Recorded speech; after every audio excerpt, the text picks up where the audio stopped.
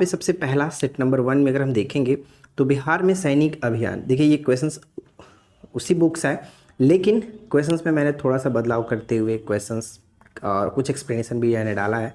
बिहार में सैनिक अभियान आयोजित करने वाला पहला सुल्तान कौन था? तो बिहार में सैनिक अभियान आयोजित करने वाला जो पहला सुल्तान थे वो है इल्तुतमिश। और यहाँ से एक प्रश्न ध्यान रखिएगा, इल्तुतमिश से जो प्रश्न पूछा जाता है, कई बार पूछा गया कि इल्तुतमिश ने बिहार में अपना पहला सूबेदार किसे नियुक्त किया था। ये ध्यान रखना है कि मलिक जानी को नियुक्त किया गया था। और यहाँ पे जो प्रश्न हम देख रहे थे कि सैनिक अभियान जो आयोजित किया गया था बिहार में वो है 1210 के दशक में ये किया गया था।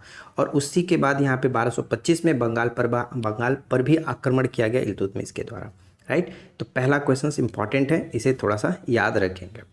सेकेंड क्वेश्चन आता है कि बिहार में विधान परिषद की प्रथम बैठक कब हुई थी।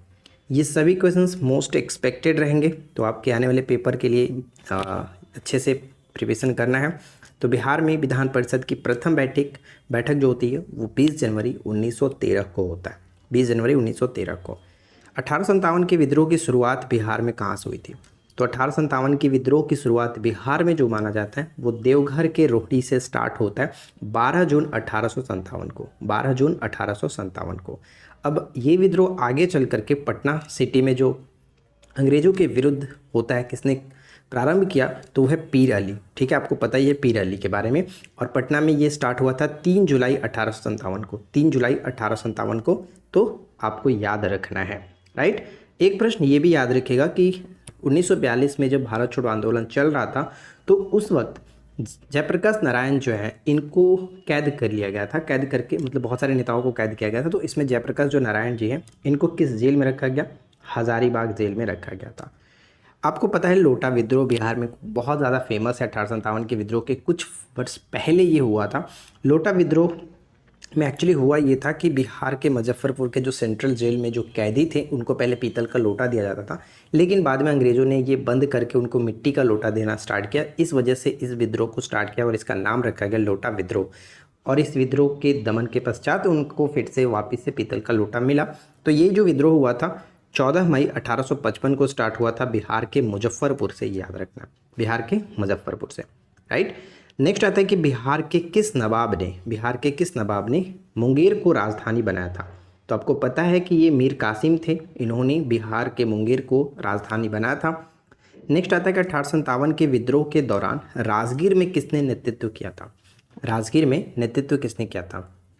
और एक प्रश्न ये याद रखिएगा, 1857 के विद्रोह में मुंगेर जो था वो अछूत रहा था, यानी इसमें कहीं भी मुंगेर का नाम नहीं है 1857 की क्रांति से रिलेटेड।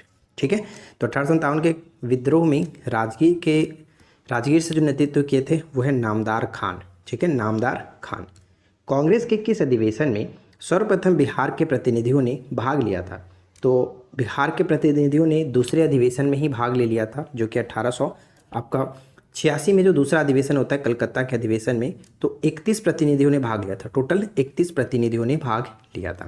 और बिहार में कांग्रेस का प्रथम जो अधिवेशन होता है वो 1912 में पटना के बांकीपुर में होता है, और ये 27वां अधिवेशन था। ये भी कई बार पूछा गया है। आप इस फर्स्ट पेज से ही देख पाएंगे कि प्रीवियस में बहुत सारे क्वेश्चंस पूछे गए हैं बीपीएससी के अलग अलग पेपर्स में, साथ ही साथ बिहार एसआई के, बिहार एसएससी के पेपर में, यानी बिहार के विभिन्न एग्जाम्स में यहाँ से क्वेश्चंस पूछे गए हैं। तो हमारे तरफ से यही एक्सपेक्टेशन रखा जाएगा, क्वेश्चंस का लेवल उसी तरह से रखा जाएगा ताकि आने वाले पेपर में आपको कोई दिक्कत ना हो। बिहार स्पेशल उस तरह से मैं आपको कराऊँ। ठीक है, इसके बाद सेकेंड क्वेश्चन हमारा ये बनता है कि बिहार के पहला दैनिक हिंदी अखबार कौन सा था? तो बिहार का पहला दैनिक हिंदी अखबार बिहार बंधु, जो कि केशवराम भट्ट ने शुरू किया था, केशवराम भट्ट। और मैंने अपने चैनल पे बिहार स्पेशल एक अलग सीरीज बहुत पहले भी कराई थे, बिहार के अलग अलग टॉपिक्स कराए हुए हैं वीडियो फॉर्मेट में। तो अगर आपको देखना है तो बिहार के समाचार पत्र, बिहार के झील, बिहार के जलाशय, इन सभी चीज़ों को सर्च कर करके एक एक करके वीडियो को देख सकते हैं। ठीक है, अब यहाँ पे मैं आपको बता दूँ नेक्स्ट जो क्वेश्चन है कि बिहार टाइम्स का प्रकाशन कब स्टार्ट हुआ? तो 1894 में बिहार टाइम्स का प्रकाशन होता है। और किसके सहयोग से होता है? तो नंद किशोर लाल, राय बहादुर श्री कृष्ण सहाय थे, और साथ ही साथ प्रसिद्ध पत्रकार महेश नारायण के द्वारा ये शुरू होता है। इन सभी के सहयोग से बिहार टाइम्स समाचार पत्र का स्टार्ट होता है 1894 में। अगला प्रश्न ये कह रहा है कि गांधी जी से चंपारण आने का अनुरोध किसने किया था? तो 1916 में आपको पता है कि जब लखनऊ अधिवेशन चल रहा था, तो वहाँ राजकुमार जो शुक्ल हैं, इन्होंने गांधी जी को बिहार में आने का जो कि निमंत्रण कह सकते हैं दिया था, अनुरोध किया था। तो ये ध्यान रखिएगा, राजकुमार शुक्ल। और आपको ये पता है कि ये प्रश्न कितना बार पूछा गया। और अगर हम बात करें कि राजकुमार जो शुक्ल थे, इनका जो जन्मभूमि है वो कौन सा था, तो पश्चिमी चंपारण के यानी वेस्ट चंपारण के नरकटियागंज के पास एक गांव था, सतवरिया गांव। सतवरिया गांव से ये बिलोंग करते थे। तो ये चीज़ याद रखेंगे। आगे बढ़ने से पहले मैं आपको बता दूं कि ये जो सभी पीडीएफ आपको है, ये जो पीडीएफ होगा वो हम आपको अपने एप्लीकेशन पर प्रोवाइड कराएंगे बिहार स्पेशल वाले कंटेंट में, और साथ ही साथ 17th बीपीएससी वाले कोर्स में।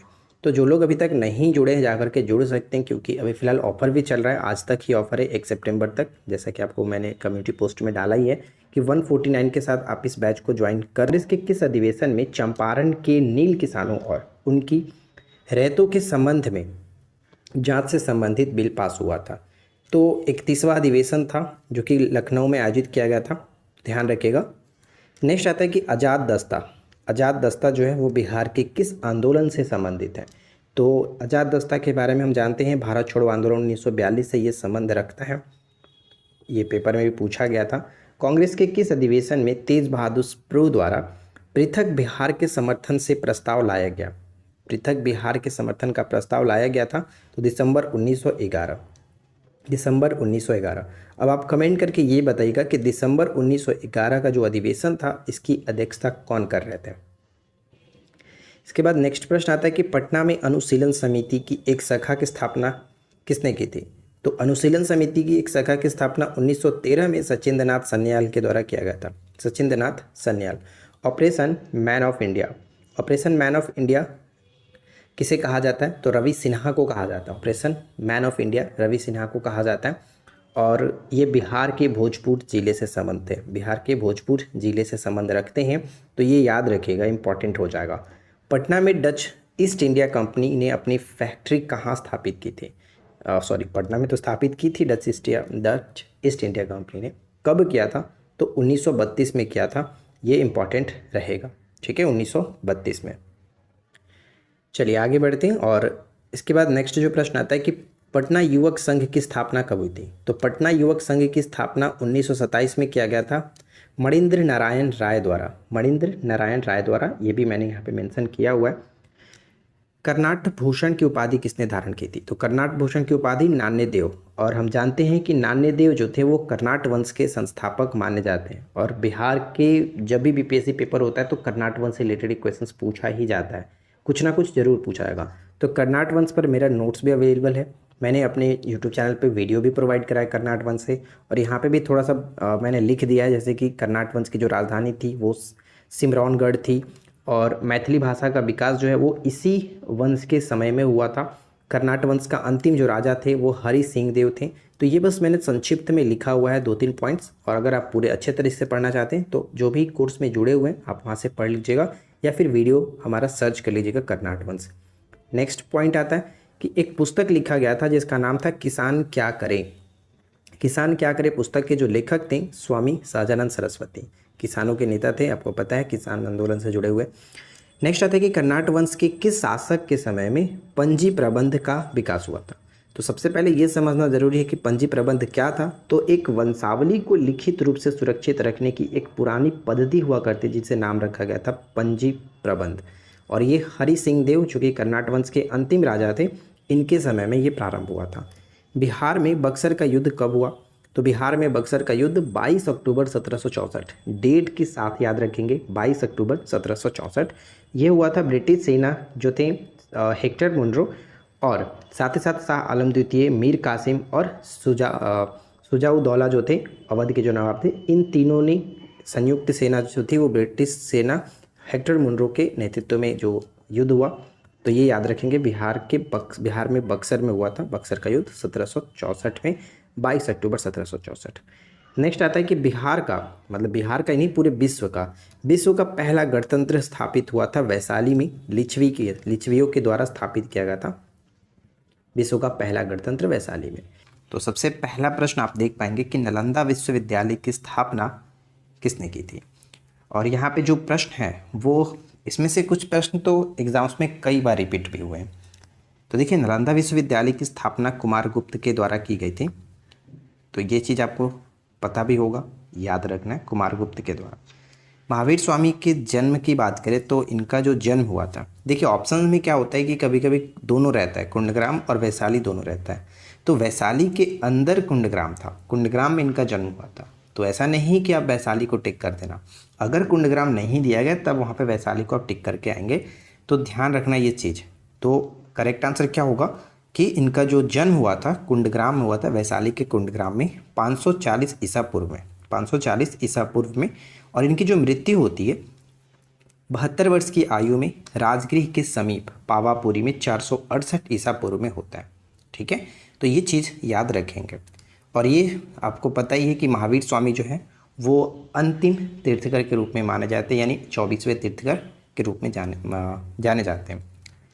अगला पॉइंट्स ये है कि बौद्ध धर्म में संबोधि क्या है। तो बौद्ध धर्म में अगर संबोधि की बात करें तो ये बुद्ध को जो ज्ञान की प्राप्ति हुई थी निरंजना नदी के तट पर, तो उसी घटना को कहा जाता है बौद्ध धर्म में संबोधि। ठीक है, बुद्ध को ज्ञान की प्राप्ति की घटना को संबोधि के नाम से जानते हैं।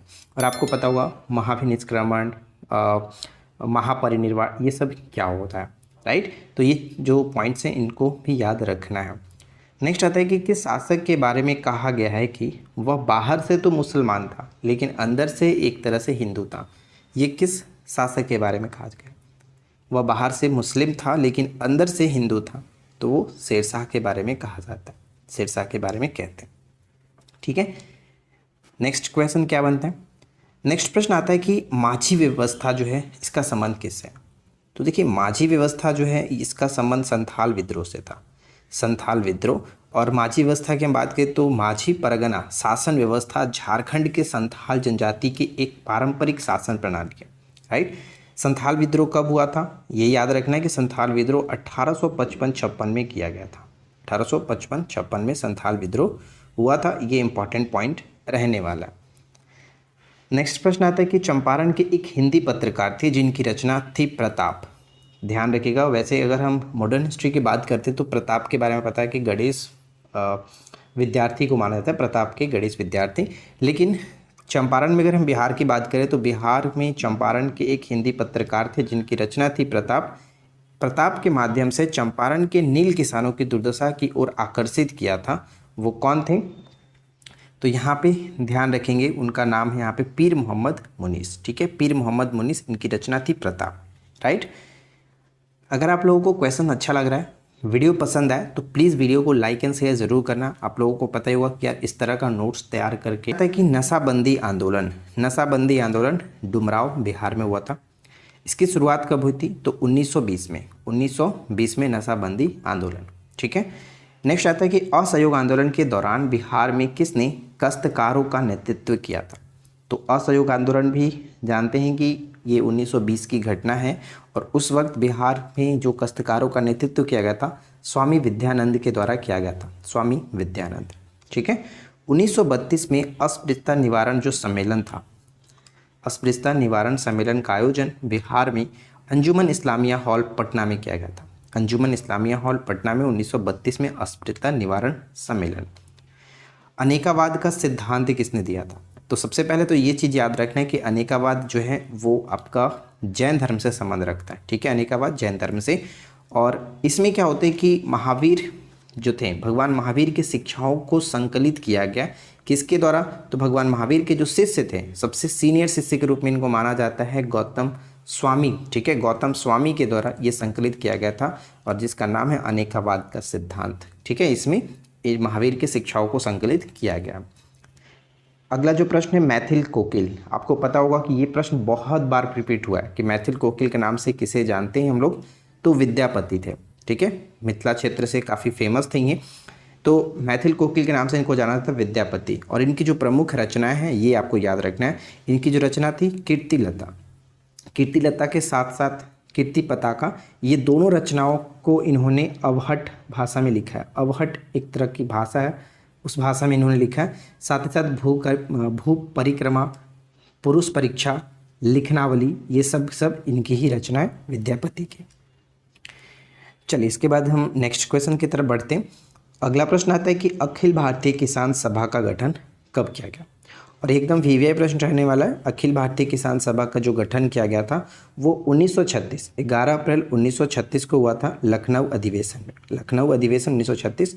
और आपको ध्यान रखना है कि अखिल भारतीय किसान जो सभा थे इसके अध्यक्ष तो बनाया गया था स्वामी सहजानंद सरस्वती जी को, लेकिन इसके जो सचिव थे वो एनजी रंगा थे। सचिव एनजी रंगा और अध्यक्ष थे स्वामी सहजानंद सरस्वती। कल काफ़ी लोगों का फर्स्ट वीडियो पे कमेंट आ रहा था कि ये पीडीएफ कहाँ से मिलेगा। तो मैंने आपको कल बताया था कि कल हमारे एप्लीकेशन पर ऑफ़र भी चल रहा था, उसमें बहुत सारे लोगों ने जो कि ज्वाइन किया हुआ है और उसी कोर्स में यानी कि जो